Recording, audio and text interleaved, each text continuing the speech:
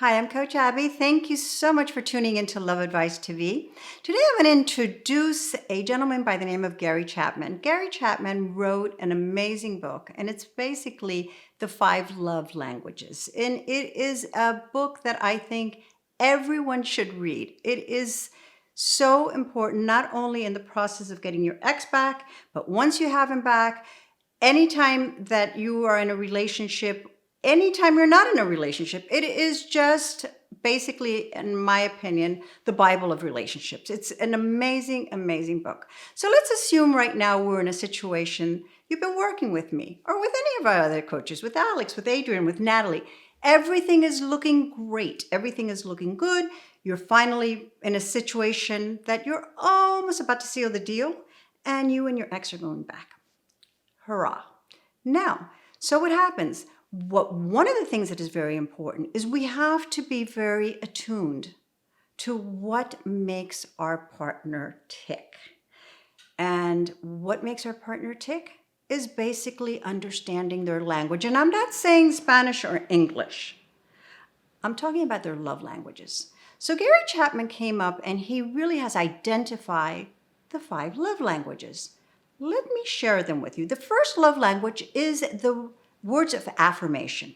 So there are people that really need to have affirmation. You're so nice, you're so great, you're so wonderful, you're this, I love what you do, all of these things. And that's absolutely and perfectly all right.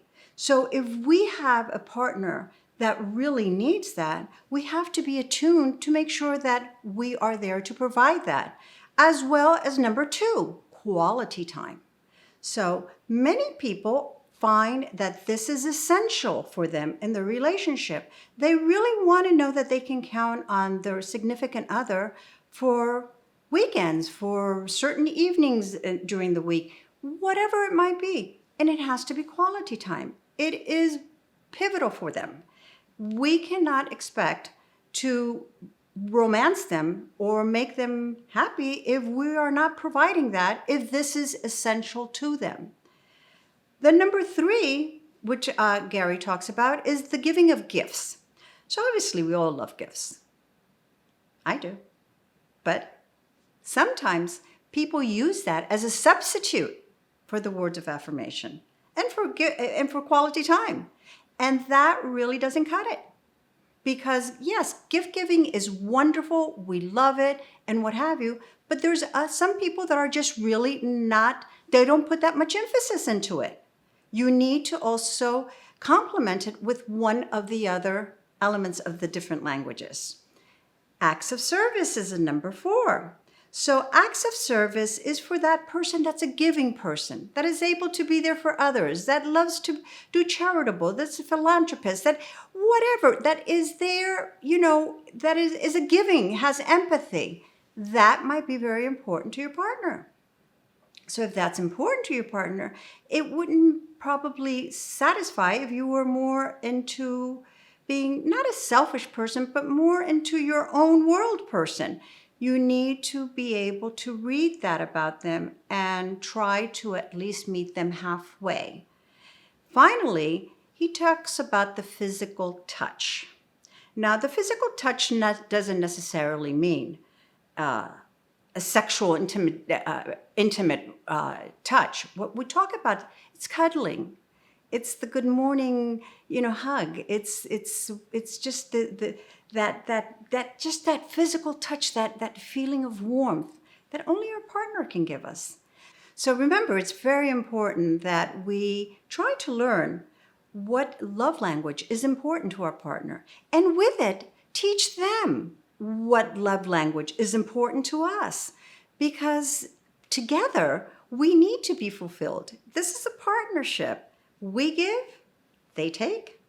They give, we take.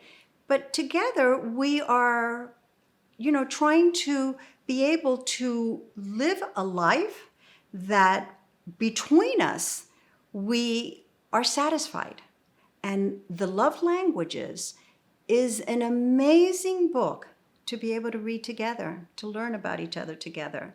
It's a great guide of being able to in its simple form, to being able to see exactly what it is that we should be trying to do to make our partners happy. Because one thing is for sure, we are all under the impression that love is the most important component in a relationship. And though it is very important, without a doubt, happiness is really the thread that keeps it together. And when we are able to identify with the love language of our partner, we make them happy. We make ourselves happy. It's very important. So make sure that you pay attention and share your love languages with them too. It's a great venue for an amazing communication between both of you. Please don't forget to hit the subscribe button and leave your comments below. I will try to answer any questions regarding any relationship issues, whether regarding our love languages or any other topics that we have in our videos. Until next time, I'm Coach Abby.